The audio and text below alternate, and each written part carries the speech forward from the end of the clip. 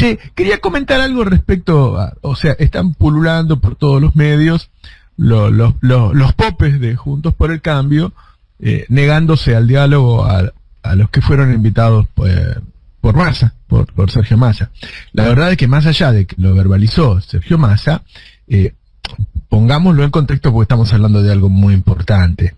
El macrismo le pidió 54 mil millones de dólares al fondo, recibió 44, 45, y el fondo se lo dio sin acuerdo de la oposición. Lo decidieron entre Macri y el fondo, ¿sí? Sí. Y se lo dieron. Ahora el fondo le pide a Guzmán que para renovarle ese crédito, para que Argentina no tenga que pagar el año que viene 19 mil millones de dólares o caer en default, tiene que haber un acuerdo de la oposición. Tiene que ir al Congreso y la oposición firmar las políticas que nos va a exigir el Fondo Monetario Internacional para renovar el crédito. ¿Se entiende hasta acá? Es decir, se lo prestaron a Macri sin decirle, che, antes de prestarte guita quiero saber qué piensa la oposición. ¿Está?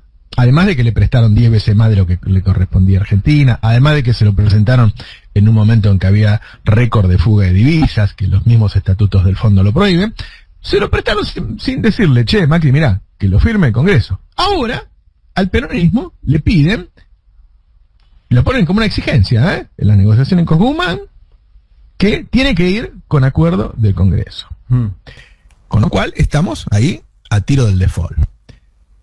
Uno suponía que esas políticas de ajuste que pide el fondo iban a ser votadas por la oposición.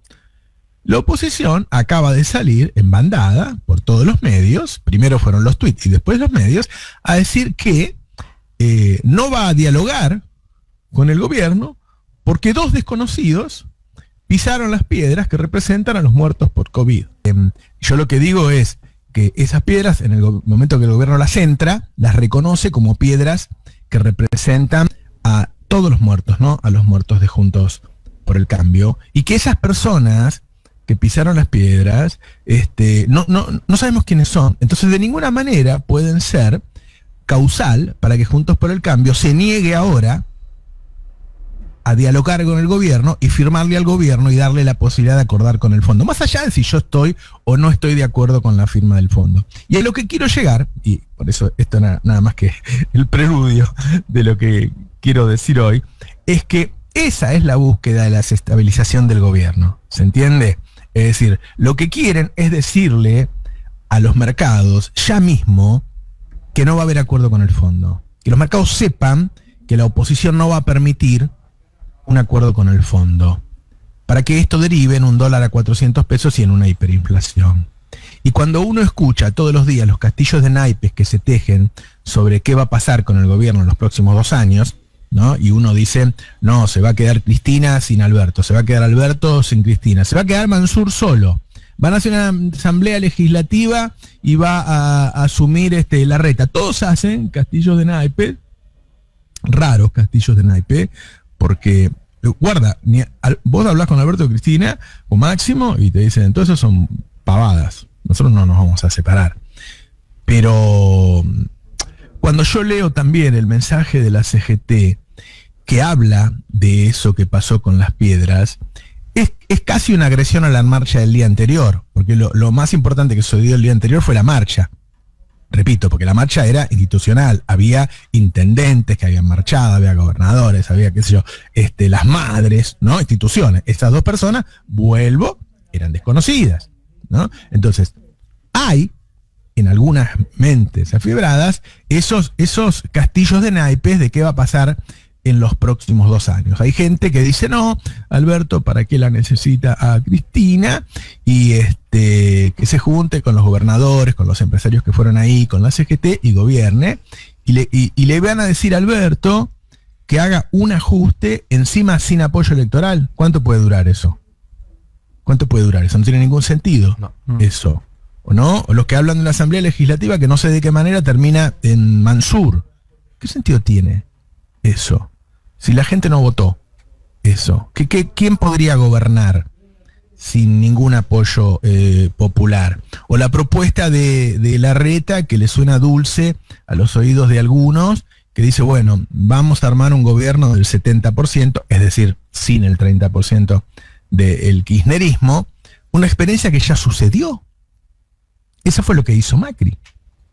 Y con eso llegó, eliminó las retenciones, eliminó el impuesto a la riqueza, derogó la ley de medios, nos endeudó y nos puso en este lugar. Ahora, yo lo que advierto, y quizás hoy en otro tono, qué sé yo, más calmado para que todos lo podamos razonar, es que se está armando una trampa.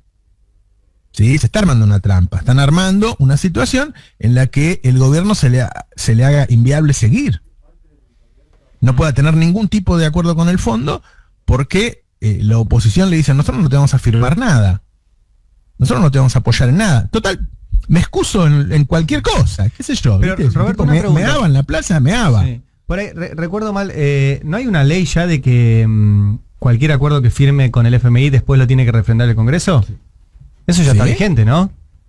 Sí. O sea que la oposición va a participar. Pero el FMI le está pidiendo a Guzmán ahora, y esto es de ahora. Claro, bueno, no por eso. Y quiere el acuerdo explícito anterior a la firma.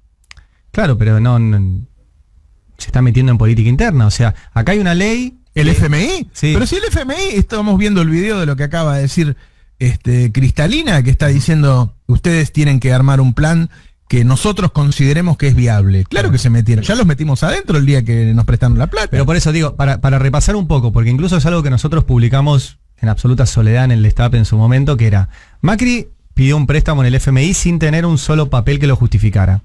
Que eso está judicializado en este momento. Sí, sí. El FMI se lo prestó violando sus estatutos, pero por una orden del gobierno norteamericano, contado por el gobierno norteamericano, ¿sí? Por Mauricio Claver Carón, que dijo, se lo prestamos a Macri para que reelija. Y aún así perdió. Todo eso no pasó por el Congreso durante el gobierno de Macri. Y este gobierno manda una ley al Congreso para que cualquier acuerdo con el FMI lo tenga que votar un Congreso que no controla, porque este gobierno tiene un Congreso que no controla. ¿Estamos de acuerdo? O sea, sí. Hay leyes que quiere pasar que no pasan diputados y el Senado está en riesgo después del último resultado electoral. O sea que el acuerdo que haga el gobierno con el FMI va a pasar por el Congreso. Y aún así, el FMI quiere que vayan de la oposición a negociar. Claro, por eso digo que no lo lean, o sea, leamos todo lo que pasó todo junto, ¿entendés? Leamos todo lo que pasó todo junto. O sea, Guzmán fue allá, le dijeron eso, después de todo el lío, la debilidad de Cristalina, que ahora sobreactúa y qué sé yo, y después de que pasa eso, a los pocos días, ¿no? Viste que van saltando de indignación a indignación, ¿no? Un día es el tuit de Aníbal, otro día estos dos desconocidos que hacen eso, qué sé yo, y dijeron, bueno, hoy salgamos todos, y salen todos, ¿sí? A decir, nosotros no vamos a dialogar con el gobierno. Ese es un mensaje a los mercados, para decir, acá no va a haber acuerdo con el Fondo Monetario Internacional. Sí, tal cual. De alguna manera. Entonces, bueno, ahí sí, yo digo, bueno, hay una parte de la CGT, porque recordemos que ahora en la CGT van hasta los Moyano. Sí. ¿Sí? O sea, no es una CGT de Daer Acuña, es una CGT de Daer, Moyano y Caló. Moyano y Caló no quieren quilombo. Y te hago una consulta, Roberto, y también la aprovecho a Julia que está acá. ¿Qué pasa si no hay acuerdo con el FMI? O sea, si este año no se logra, y yo sé que el año que viene hay un pago ya y hay que lograrlo antes de ese pago, pero digo, ¿qué pasa si no hay? O sea, o si no hay acuerdo, o si el acuerdo viene acá y el Congreso no lo refrenda, ¿qué impacto tiene eso en los precios, en los alimentos, en nuestros salarios? O sea, ¿se puede vivir sin acuerdo? Si está Julia, la dejo a Julia. Dale. No, para mí es un problema económico serio. En primer lugar, te vencen 19.000 millones de dólares, con lo cual, al menos alguna postergación de vencimiento tenés que tener, como la del Club de París, por ejemplo, digo. Si no logras el acuerdo finalmente para renegociar, alguna postergación tenés que tener porque los 19.000 millones de dólares no los tenemos. Entonces, defaultear no es una opción. Para mí, Julia Estrada, ¿no? Defaultear no es una opción. O sea, defaultear no es una opción y pagar no podemos. En este mundo en donde... Hemos estado en default con el fondo históricamente. Claro, pero... Alfonsín estuvo en default con el fondo, recuerdo. Vos dirás, terminó en hiper. Fue antes de eso. fue al principio de su gobierno. La hiper terminó siendo Sí, pero la impulsada. hiper no fue por no acordar con el fondo, ¿se entiende lo que digo? Sí. El tema ahí La hiper- es... La hiper La hiper terminó fue siendo cuando hubo- impulsada después de 2 años de moratoria, del 88 hasta el 89. más La o hiper menos. fue cuando había un montón de hiper en Latinoamérica, digo, fue una época. ¿Hay riesgo de hiper ahora? No, para mí no. Es que no debería, no están dadas las, tenés equilibrio fiscal, viste que otra vez, anclado los principales precios de la otra economía. vez empezaron a crecer las reservas del central, viste, en cuanto Ahí está la clave. El tema es cuánta espalda tenga el sector externo, o sea, cuántas reservas tenga la Argentina para funcionar, porque básicamente las reservas se usan para que la economía de un país funcione. Y el problema es que en este momento tenemos muy pocos dólares, con lo cual... Bueno, relativamente, digo, Argentina, acá estoy viendo el último dato como para ponerlo sobre la mesa, 42.000 millones, casi 43.000 millones de reservas totales y casi 8.000 millones de netas, que no son las líquidas que andan diciendo los economistas liberales. Es un invento nuevo, sí. Las líquidas dan poco menos de 4.000 millones. Por ende, bueno, claro, el pago al fondo, los 1.800 millones de los DEC fueron la mitad de las reservas líquidas. Sí, bueno, está bien. Las netas, o sea, lo que tenés disponible son 8.000 millones y crecieron un montón. Sí. O sea, el vencimiento de marzo es por el doble de eso. No, eso no se puede pagar. No No, se por pueden eso. pagar los 19.000 millones Por de eso. dólares. Sí, no se puede pagar y no se puede acordar cualquier cosa. O sea, estamos en esa trampa y nos quedan ¿cuántos? 4 meses, 5 meses. Sí, a mí lo que me parece es que la sábana corta en la que nos puso Macri es eso, es una sábana corta. Nos estamos permanentemente claro, es una trampa sin resignando. salida. Es una trampa sin Claro. salida. Y es lo que dijo Cristina, nosotros le pagamos al fondo, aunque sea renegociando, aunque sea, suponete que renegociamos sin sobretasa, yo te decía, 477 millones de dólares en los primeros 4 años de periodo de gracia, suponiendo que es a 10 años, el Extended Fund Facility. Son 477 millones de dólares por año. El escenario más interesante en este contexto de restricciones por todos lados. Igual tenés que conseguir esos dólares y es gasto que no pones acá. O que no porque pones, digo, no es la gente, es yo, Roberto, vengo contando acá, a ver, hay financiación a empresas que vienen a pedir plata para invertir, para comprarse máquinas o para ampliar galpón, y las máquinas son, en una parte importante, importadas. Entonces, el cuello de botella llega a ese lugar, incluso con la restricción a la compra de dólar ahorro, que ya casi no hablamos, por suerte, en este momento. Es para cuidar los dólares de la industria. Ojo, porque los dólares de la industria cada vez son más. Yo hablé este fin de semana con alguien que estuvo en Washington participando de estas reuniones y me decía, más allá de lo que digan los diarios en la Argentina, lo que diga la oposición, lo que preocupa en el fondo, también en las reuniones con inversores y demás, no es tanto el déficit, sino el financiamiento. Es decir, si Argentina va a poder tener una economía que logre en el largo plazo que entren más dólares que los que salgan.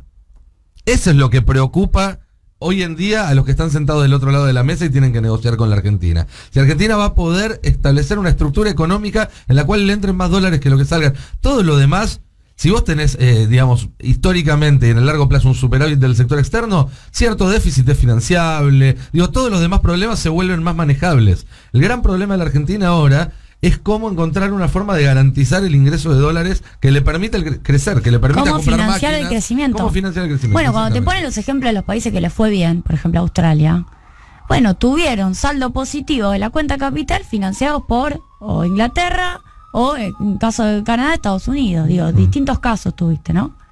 En donde te Mirá que el financiaron la acuerdo cuenta capital. El acuerdo exige achicar la brecha actual. Sí. Achicarla a un 40%. Bueno, tiene que ver con esto.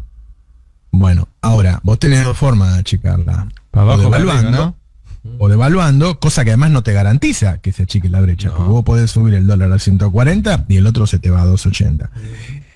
O achicando, como dice Manuel Agis, haciendo caer el Bajando el precio de techo en vez de subir el qué sé yo. piso. Bueno, pero ahí uno supone que se hace como con un ajuste. ¿No? Bajar no se hace el contado con liqui. Sí. Se hace Sí. con más dólares. Bueno, y los dólares se generan con un ajuste. Los dólares, de todas maneras, yo ayer en la editorial dije y lo relacioné con lo que salió en los Pandora Papers. Con la ¿no? fuga. Mira, bueno, porque muchos dicen, no, Roberto, es al revés, la gente se va porque acá no puede ahorrar. Mira, durante los 10 años del menemismo, pues yo sigo el tema de fuga hace 25 años, durante los 10 años del menemismo, o sea, después de la hiper del 91, no hubo más inflación, ¿no? Así que vos podías resguardar tu dinero acá. Y se fugaron más de 50.000 millones de dólares en esos 10 años. Es decir, la fuga siguió constantemente. La fuga siguió constantemente. Habrá que revisar otras razones de por qué se la llevan, ¿no? Pero no es porque hay inflación. En épocas no inflacionarias también se la llevaron. Entonces vos tenés, pues también se dice, no, tenemos restricciones del sector externo por nuestra matriz productiva. ¿Y la matriz productiva de Uruguay es distinta? ¿Es mejor que la nuestra? Yo creo que no, ¿no? No, pero además una cosa es la restricción externa por razones comerciales y otra cosa por razones financieras. El problema nuestro es que tenemos las dos. Es por razones financieras. Claro. Es porque siempre estamos endeudados, es porque nuestra elite fuga dinero, ¿no? ¿Viste cuando fue el debate que Santoro le dijo a Vidal cómo pensaban pagar la plata que pidieron? Y Vidal le dijo, nosotros hubiéramos generado la confianza como para renovar esos vencimientos. ¿Qué quiere decir? Que hubiera hecho un ajuste tal que entonces los mercados creyeran que Argentina podía pagar. ¿No? Sí. Porque vos fíjate que está hablando de un gobierno que bajó todos los impuestos a los ricos, con lo cual, ¿con qué pensaba pagar Vidal? Con la plata de los pobres. Entonces, bueno, ese proyecto que ya estuvo y que va a seguir estando, está buscando representación. Entonces, ¿quién va con ese proyecto? El 70% que se va a unir a la reta, los castillos de naipe que hacen dentro del gobierno para decir, no, sigamos sin Cristina. ¿Quién se ofrece ahora? Viste que todos viajan a Estados Unidos y hablan. Y la verdad que yo lo veo innecesario. Porque yo creo que lo más poderoso que podemos poner es lo que tenemos hoy. O sea, la unión de Alberto y Cristina es lo más poderoso que puede haber, con más adentro, con Máximo, con Axel, qué sé yo, con los intendentes, con los gobernadores. Eso es lo más poderoso que podemos tener. Todo lo demás son fantasías. Fantasías peligrosas. Fantasías peligrosas. Porque ya quedó claro que entre ellos no se pueden manejar. Es decir, yo creo que hay diferencias. Yo no creo que sean lo mismo, todos lo mismo. O sea, Milei y Esper, estos reaccionarios que se la dan de liberales, son distintos a Macri y Bullrich, que están un poquito más dentro del sistema, pero ya han demostrado que son golpistas, y son distintos a Larreta, Vidal, Santilli, que son simplemente neoliberales. Ahora, ¿quién manda? Todos se corren a la derecha todo el tiempo. Cuando vos le decís a la gente de Larreta, bueno, che, ustedes van a apoyar para firmar con el FMI, para que no haya un quilombo, esto, y nosotros no podemos, porque si nosotros nos acercamos al gobierno, te dicen, entonces perdemos las internas con Bullrich, porque nos va a correr por derecha. Bueno, entonces no tiene solución. Ahora, y después, yo ayer decía que hay más candidatos de derecha que votantes de derecha. ¿Realmente el ciudadano argentino quiere ese? Porque todas las encuestas cualitativas, tranquilas, que no son en épocas de elecciones, qué sé yo, dicen que el argentino cree mucho en que el Estado debe intervenir en la economía. Cree mucho. No tiene ideas neoliberales el argentino promedio. Ahora, es un momento complicado en el que la oposición te pone en ese lugar y que nosotros en algún lugar nos estamos peleando entre nosotros, ¿no? Sí. ¿Qué sé yo? Sí. A mí me pareció un desperdicio que haya 2 marchas multitudinarias y nadie hablara. Y además, hace 2, 3 meses, la imagen y lo que conversábamos acá era al revés. Era un gobierno unido y una oposición. Se peleaban ellos. ¿Te acordás? Sí. Bueno, pero perdimos. Claro. Que vuelvo a decir, sinceramente, yo creo que el tamaño de la derrota fue por la pandemia. Yo en las discusiones que hay, muchas veces discrepo con Alberto, pero no siempre. A veces creo que tiene razón Alberto. Ahora, la verdad es que todas las discusiones que hay son de instrumentación, son de timing, ¿entendés? Son discusiones que no hubieran existido si no había pandemia, porque si no hubiera habido pandemia, el gobierno de Alberto, te guste más o te guste menos, hubiera sido tan superior al gobierno de Macri, que hubiera ganado estas elecciones o hubiera sacado un resultado soportable, tolerable, no sé, hubiera empatado, qué sé yo. Esta derrota terrible es por la pandemia. La verdad que hubo mala leche. Ahora, por una derrota por la pandemia, van a deshacer y van a terminar dejando un gobierno más débil aún. Una pregunta, Roberto, a ver, por ahí incómoda. La pandemia es una parte, la inflación, que entiendo que es también una de las razones del voto, ¿es también producto de la pandemia o ahí ya hay errores del gobierno que también han perdido votos? Es en gran parte producto de la pandemia. Vos fíjate que Alemania está teniendo una inflación del 13%, bueno, hay un montón de países que están teniendo inflaciones. Alemania tenía una inflación del 2 y pasó al 13, es decir, la multiplicó por 6. Sí. ¿No? A nosotros Macri nos dejó una inflación del 50, si hubiera multiplicado por 6 estaríamos en 300. Subió el precio de todos los commodities alimenticios, del acero, del aluminio, de todo. Sí. ¿Sí? Nosotros nos movemos en números más grandes, por lo tanto cuando sube la inflación, sube más. Uno puede discutir, qué sé yo, a ver, tema tarifas, un tema recontra polémico. Decir, bueno, ¿le sigue sirviendo al gobierno subsidiar las tarifas en el ámbito de la provincia de Buenos Aires, que no dio una buena respuesta electoral, y generar un déficit tan grande que en algún lugar genera inflación? Es para estar pensándolo todo el tiempo. Decir, bueno, el año que viene que las tarifas acompañen la inflación. Es decir, hay un montón de cosas que son polémicas, pero que en todo caso uno no puede decir que son diferencias irreconciliables entre las posiciones de Alberto y Cristina. No lo son. No lo son. La verdad es que no lo son. Yo hablo con ambas partes y a veces se enojan y qué sé yo, pero me hablan de cosas que no son las diferencias con la derecha. Acá nadie es de derecha. Ayer en la editorial Caballero decía, el centro no es Larreta, el centro es Alberto. Tiene razón, claro. Lo que pasa es que todo se corre, ¿viste? Y todo es un engaño. El centro es Alberto. Y Cristina es una persona de centro izquierda en un mundo que se corrió tanto a la derecha que a ella la llaman comunista, ¿no? Pero las diferencias, digo, Cristina dice, y no, tendríamos que haber tenido un déficit del 4,5. Y Alberto dice, no, vamos a terminar en el 3,5. Bueno, eso no puede ser una diferencia irreconciliable. ¿Se entiende lo que digo? Uh-huh. Sí, sí. Yo digo, a mí me parece que aún con todo lo que ha pasado, lo mejor que nos puede pasar es que este gobierno siga con la misma composición que tiene hoy. ¿Sí? Más organizado. ¿Viste? Esto de que un ministro responde al presidente y un secretario responde a Cristina, y entonces después tienen políticas contrarias y qué sé yo, sí. No es bueno.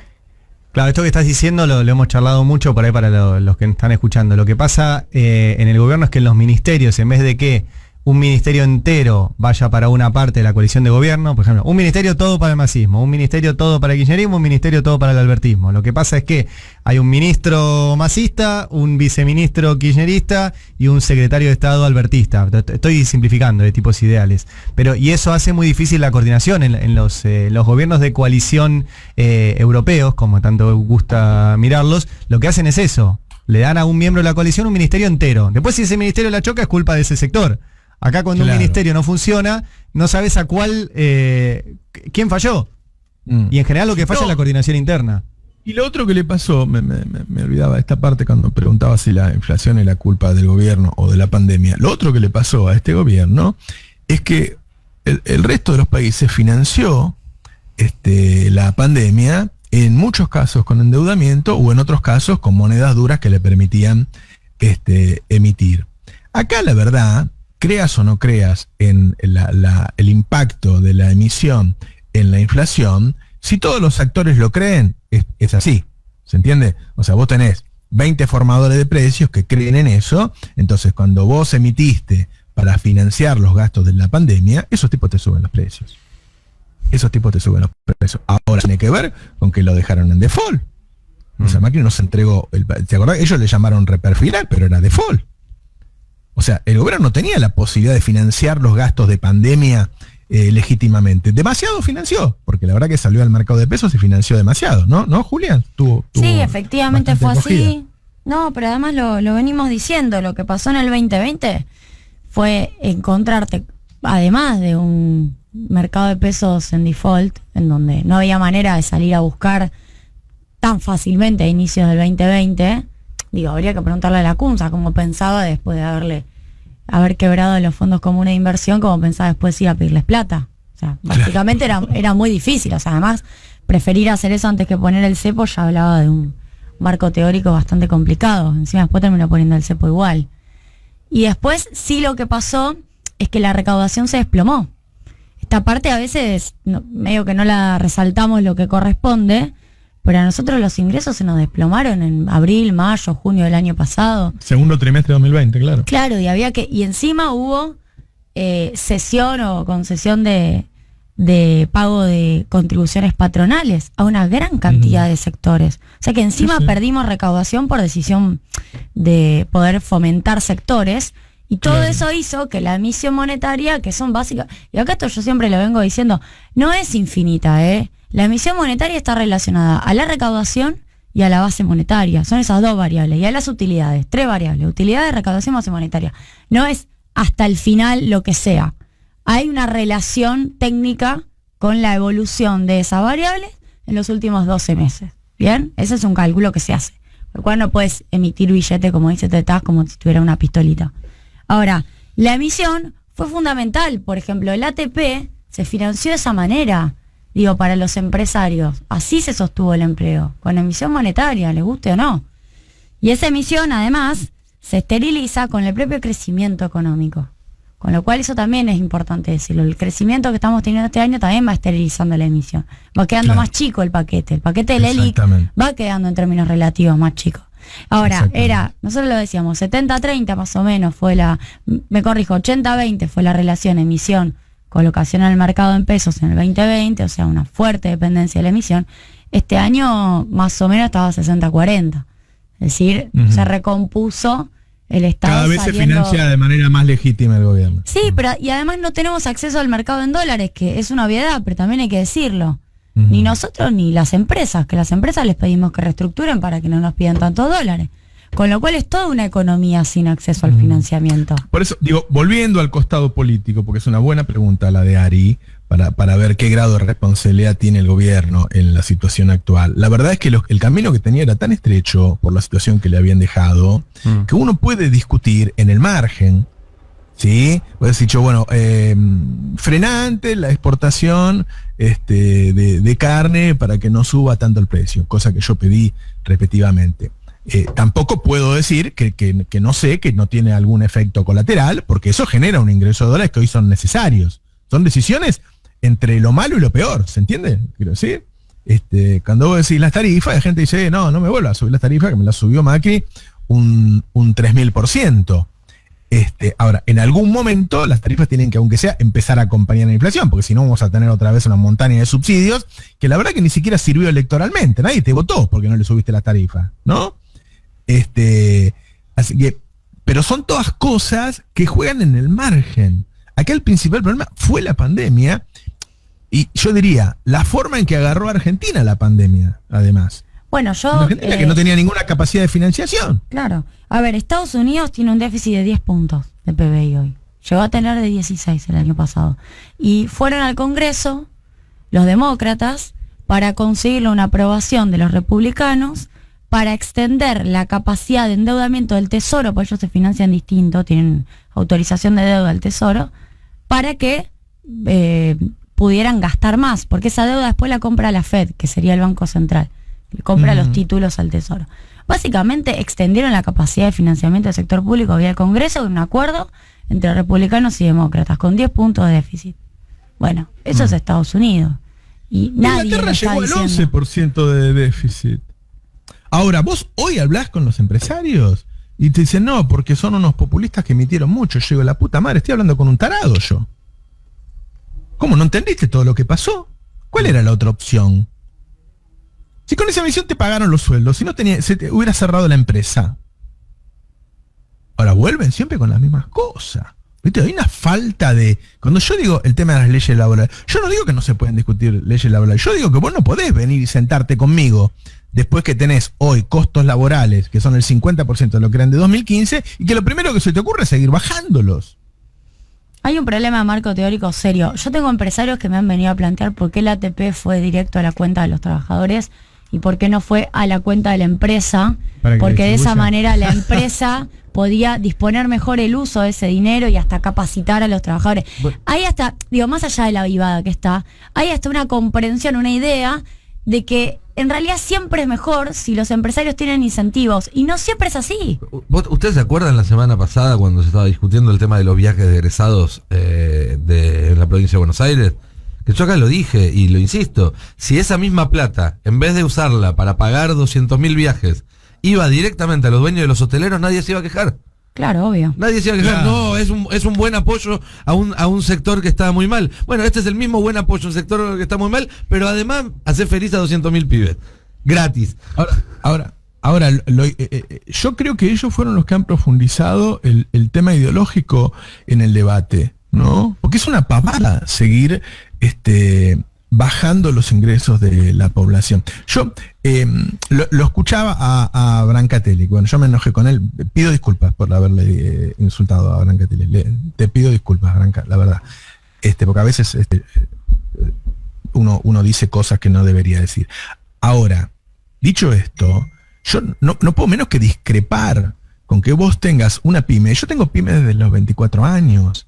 Y nunca en el momento que fui a tomar una persona se me ocurrió qué va a pasar el día que lo tenga que despedir. ¿Pero por qué? Y ahí se juega lo ideológico. Porque jamás se me ocurrió que los proyectos que yo fundara y llevara a cabo eran solamente míos y que yo podía disponer del personal, como se le dice ahora, que como si fuera un recurso humano igual que un recurso técnico. No es así.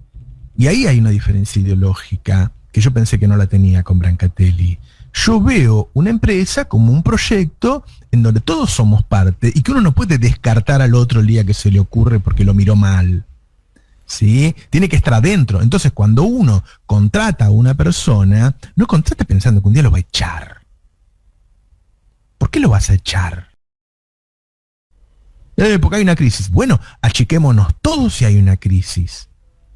¿Por qué lo vas a echar?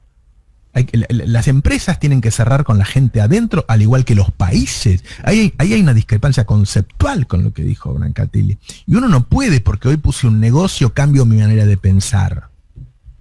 Hay que ver las empresas como un proyecto colectivo. No que yo soy el dueño, esa cosa de patrón de estancia, y si te quiero echar te echo y no te puedo echar porque me sale muy caro echarte. Es una palabra tan odiosa, echar. Tan odiosa. Que me da cosa de discutir esos temas. Solo alguien que ¿no? nunca lo echaron lo puede decir de forma liviana. ¿Qué sé yo? Yo no sé, repito, disculpame, Diego, porque no debí decir lo que dije. Pero la discrepancia es profunda. Es profunda. Lo que pasa es que tenemos que debatir en buenos términos. Pero es profunda. Y a mí me parece que cuanto más debatamos hoy, con todos, con la CGT, con el Evita, con los funcionarios que por ahí piensan cerca de Alberto que debería abrirse, por suerte hay otros que no, por suerte Alberto, no, Cristina tampoco quiere separarse. Pero uno dice, yo siempre pregunto, ¿para qué? A ver, decime para qué. No, porque Cristina no nos deja, qué sé yo, tener equilibrio fiscal. ¿Y en serio vos pensás que vas a poder hacer un ajuste sin Cristina? Sin votos, un ajuste sin votos. ¿Querés armar un gobierno sin votos o con muy pocos votos, ¿no? Porque la verdad que tienen tan pocos votos el total del peronismo que se va Cristina, los que quedan deben ser menos, ¿no? Parece razonable lo que digo. Y con esos pocos votos vas a hacer un ajuste. En un país que está todos los días tomada la 9 de julio por el Polo Obrero, que otro día la CGT sale a la calle y te mete 300.000 personas. Y que ya se viene ajustando desde hace 5 años. Pero por eso, ¿con qué? ¿Con qué fuerza? ¿Qué fantasías le quieren vender al presidente? Entonces, yo lo digo esto porque eso va a pasar el domingo a la noche. El domingo a la noche, estos rumores, estas cositas que andan dando vuelta y qué sé yo, muchos van a querer plasmarlas, ¿no? A ver, armar otro gobierno. Atención, y lo digo desde el debate racional. ¿Cuál es la propuesta superadora a lo que tenemos hoy? Porque además, sinceramente, a mí lo que me preocupa son los 10 millones de personas que comen comedores. No la macro. La macro, como decía Julia, no está tan mal. Está subiendo la recaudación, está creciendo la industria, está creciendo la construcción. Hay un montón de cosas que funcionan mucho mejor que antes. Digo, la pandemia hizo que la economía europea cayera 10%, cayó 10% España, Italia, un montón de países, y hoy están creciendo al 5, al 6.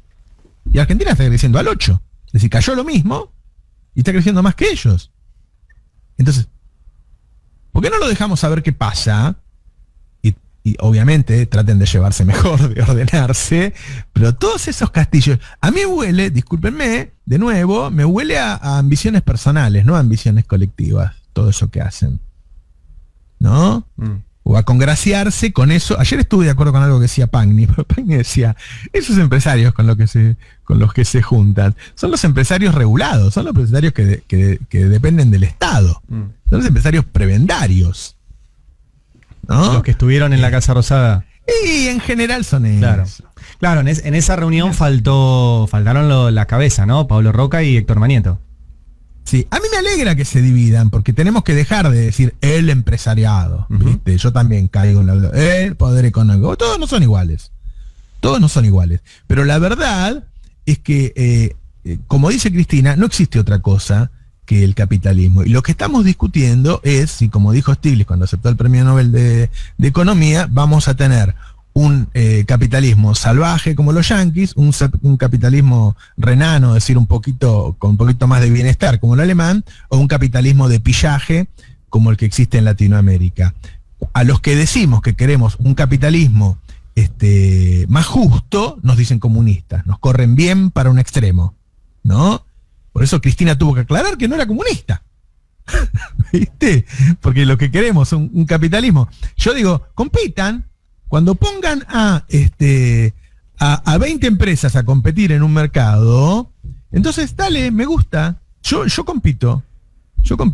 Ahora yo los vi, porque yo fui parte, Cuando había 30 marcas de fideos, no pasaban estas cosas. Cuando todos los fideos se los quedó Molino Río de la Plata, ahora hay que llamarlo y discutir con él los precios. Y cuando lo llamás y discutir, dice que sos un autoritario. Bueno, recién Julia repasaba lo que informaron ayer desde la Secretaría de Comercio, que son 47 empresas.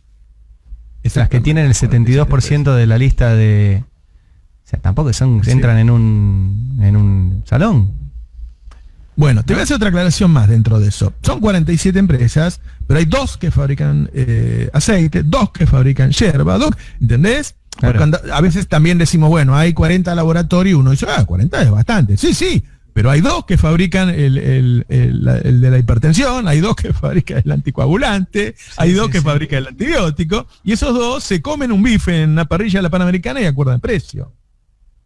Sí. Eso también pasa, pienso, Roberto, que si son tan pocas, debería ser fácil controlarlas.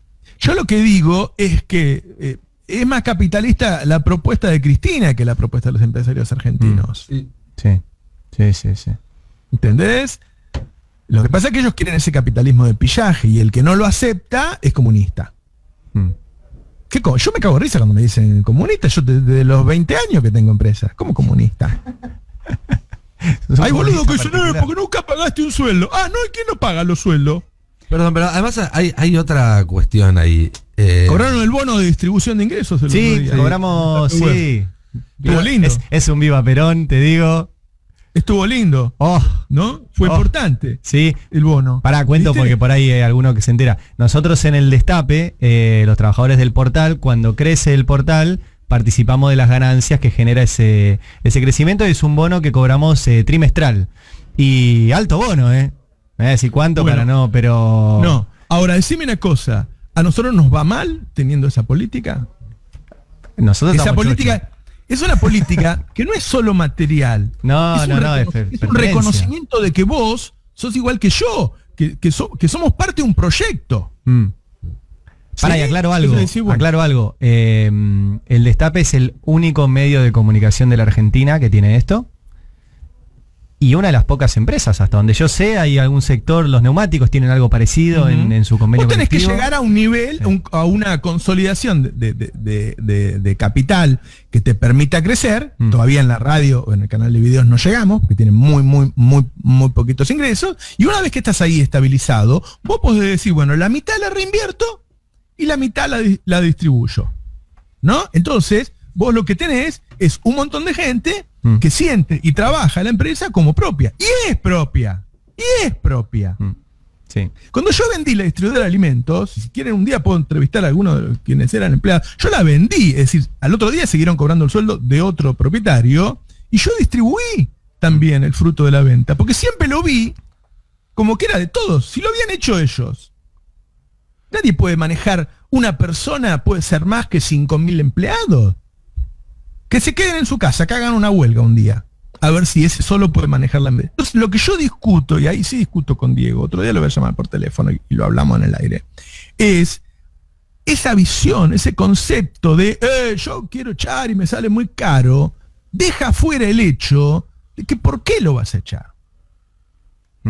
Salvo que esa persona esté sistemáticamente en contra del proyecto común. ¿Sí? Pero son casos escasísimos. En 20 años te puede pasar uno, dos. ¿Por qué te vas a fundir por eso? Hay un Ahora, factor si vos más. querés, cuando hay una crisis, echar, viste, como en los barcos, ¿no? Que echan, ¿cómo se llama? Tiran el peso Sí. para salvarte vos solo. El lastre. Eso es otra cosa. Sí. Eso es pero, lastre. pero además Otra cosa. hay un profundo error en el preconcepto de esa idea según la cual empíricamente está probado que los sistemas económicos en los cuales no hay participación del Estado son más eficaces que los que sí tienen participación del Estado. Sí, todo el mundo lo da como una verdad hecha. Cuando en realidad uno se pone a mirar la historia reciente, los últimos 50 años, y los países que han tenido las mejores performances económicas, está bien, con un montón de déficit en otros factores. Yo no voy a defender el régimen chino, pero nadie puede discutir que el régimen chino fue absolutamente eficiente en generar crecimiento y en sacar gente de la pobreza. Y fue el Porque fue un Estado el que tomó las decisiones estratégicas. Y fue el Estado, y fue el comunismo, entre comillas. Digo, si lo vamos, para mí discutirlo en términos de comunismo-capitalismo a esta altura del partido es estúpido. Pero si lo vamos a discutir en términos de comunismo-capitalismo, el comunismo chino ha demostrado ser más eficiente que el capitalismo norteamericano en las últimas 3, 4, 5 décadas. Bueno, por algo lo está superando en este momento. Bueno, por eso. Igual, que no se me malinterprete, no creo que Argentina tenga que seguir el modelo chino, que pasa por otro lado la discusión. Pero a lo que voy es que muchas veces terminamos discutiendo con caricaturas de argumentos. Hay algo que dijo Cristina que en el último acto que me parece muy importante, que es esa crítica que hace al capitalismo y su incapacidad de construir a los consumidores que le van a permitir ser sostenible. O sea, no está pudiendo construir su propio mercado para insertar la producción. Me parece que esa reflexión es de la más fina que encontré de todas las que dijo, porque finalmente lo que termina diciendo es esa alianza entre capital y trabajo es la que te permite que el sistema construya ese mercado para poder vender esos bienes que está produciendo de la manera más eficiente que se ha demostrado hasta el día de hoy, y sin embargo no lo puede hacer, porque lo que está haciendo es crear pobreza, con lo cual ni siquiera hay que ponerle mucha ideología, ni siquiera hay que ponerle mucha épica de bueno, sacar a la gente de la pobreza, porque hay que hablarles con el bolsillo. Mirá, vos estás destruyendo el mercado que necesitas para seguir creciendo como empresario. Ese es el problema. Yo creo que si tuvieran argumentos para discutir con Cristina, no la perseguirían, se sentarían a debatir.